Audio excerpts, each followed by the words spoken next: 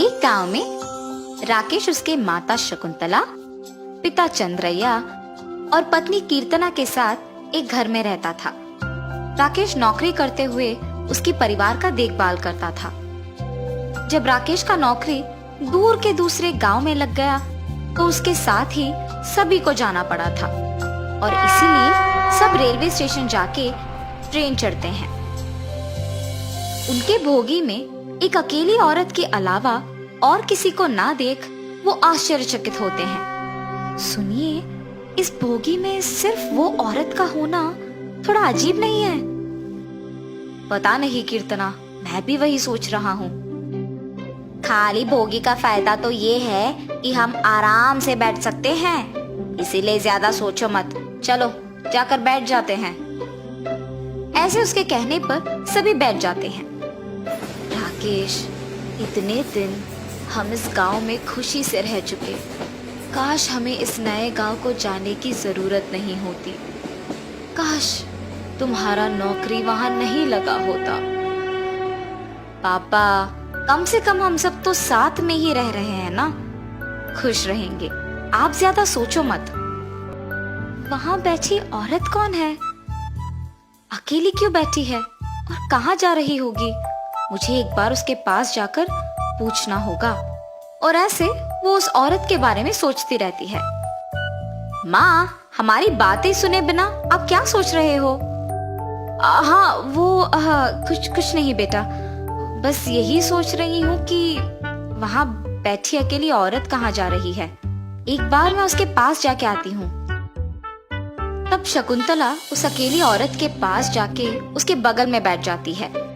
तुम्हारा नाम क्या है बेटी? अकेली और बिना कोई डर के यहाँ से कहाँ जा रही हो? ये पूछने के बावजूद वो औरत कोई जवाब दिए बिना बस चुपचाप बैठी रहती है। मैं तुमसे ही पूछ रही हूँ, कुछ कहे बिना ऐसे बैठी हो? क्या तुम बोल नहीं सकती हो? ऐसे शकुंतला उसे पूछते हुए उस औरत पे हाथ डालती है। शकुंतला के छूने के तुरंत बाद वो औरत एक भयानक भूत में बदल जाती है और ये देख शकुंतला दंग रह जाती है। मेरा नाम मीनाक्षी है, मुझे देखते ही सभी डर जाते हैं और तुम पूछ रही हो कि मुझे डर लग रहा है? ऐसे देखते देखते ही वो भूत वहां से गायब हो जाती है। हाँ, इतनी देर में एक भयानक भूत से बात कर रही थी। मुझे तुरंत ये सबको बताना होगा। ऐसे डरते हुए इधर उधर देखते हुए वो उसके बेटे और बहू के पास जाती है। राकेश को उसकी माँ बैठे बिना इधर उधर देखते हुए डरते हुए दिखने के कारण वो पूछता है, माँ क्या हुआ तुम्हें? ऐसे डरते हुए इधर उधर क्यों देख रही हो? राकेश, वहाँ जो औरत है वो मनुष्य नहीं है। ऐसे जब वो उनको जो कुछ भी हुआ समझाने की कोशिश कर रही थी तो अचानक उनके ऊपर के मेज पे उस भूत को बैठे हुए देख वो दंग रह जाती है। हाय भगवान, भूत भूत! ऐसे उसकी आंखें बंद करके जोर जोर से चिल्लाती है। हाँ भूत, कहाँ माँ? ऐसे सभी डरते हुए उस स्थान से हिल के इधर उधर जाके देखते रहते हैं। माँ, कहाँ है भूत? ये पूछते हुए जब वो उसके माँ के पास जाता है तो उस भूत को ठीक उनके पीछे देख वो चौंक जाता है। माँ इधर आओ, वो भूत तुम्हारे पीछे है। और तुरंत वो डरते हुए उसके बेटे के पास भागती है। देखते देखते ही उस भूत को उनके आंखों के सामने गायब होते हुए देख वो सब हैरान हो जाते हैं। माँ, मुझे इस भूत को देख बहुत डर लग रहा है, न जाने वो अब कहाँ है। हाँ राकेश, हमारे साथ भोगी में जो औरत बैठी थी वही ये भूत है। हमने सोचा कि वो मनुष्य है। सासू माँ, आपकी बातें सुनकर तो मुझे डर लग रहा है कि कहीं हम उसके हाथों मर न जाए। काश हम इस भोगी में नहीं चढ़े होते। बहू, तुम डरो मत, तुम्हारे साथ हम सब यही है ना। इस भूत से बचने के लिए कोई ना कोई तरकीब निकालेंगे।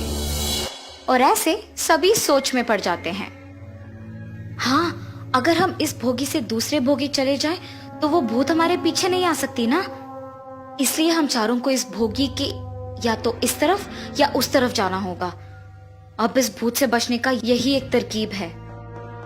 तब चारों मिलकर कांपते हुए, डरते हुए दूसरे भोगी जाने की कोशिश करते हैं और तब अचानक वो भूत उनके सामने प्रकट होती है।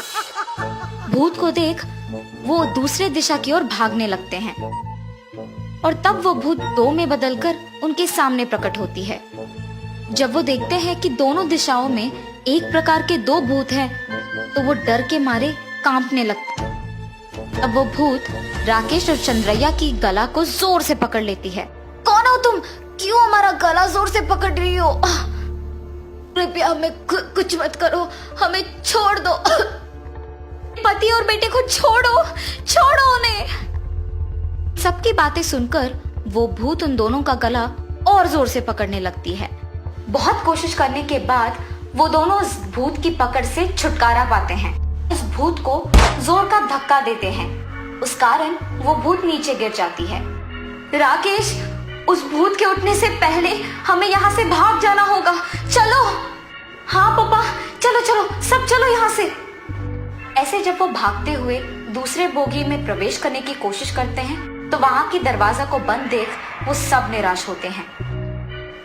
इतने में वो भूत उठ के उन सबको दरवाजे के पास खड़े रहना देखती है।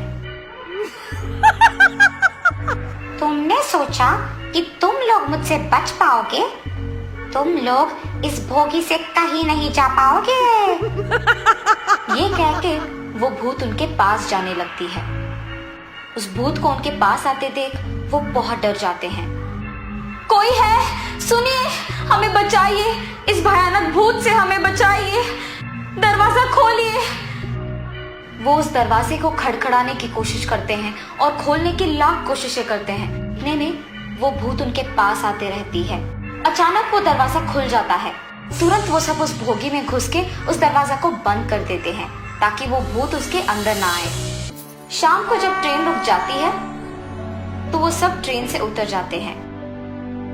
तब चंद्रैया कहता है, भगवान का लाख लाख शुक्र है, सही समय में दरवाजा खुल गया, वरना न जाने क्या ही होता हमारा। हाँ जी, भगवान का लाख लाख शुक्र है। ऐसे उस भूत से छुटकारा पाने के कारण वो सब खुशी खुशी से उस गांव में चले जाते हैं।